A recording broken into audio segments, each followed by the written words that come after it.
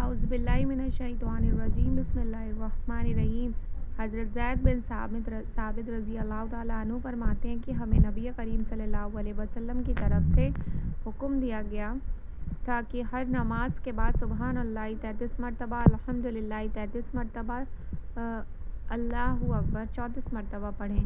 ایک انصاری صحابی نے خواب میں دیکھا، کوئی صاحب کہتے ہیں کہ کیا تم کو رسول اللہ صلی اللہ علیہ وسلم نے حکم فرمایا ہے کہ ہر نماز کے بعد سبحان اللہ 33 مرتبہ، الحمدللہ 33 مرتبہ اور اللہ اکبر 34 مرتبہ پڑھو؟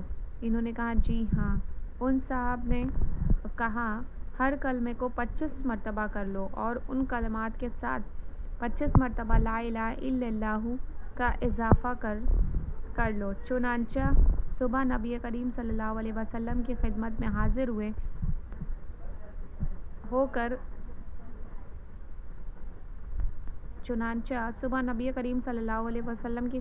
حاضر ہو کر خواب بیان کیا۔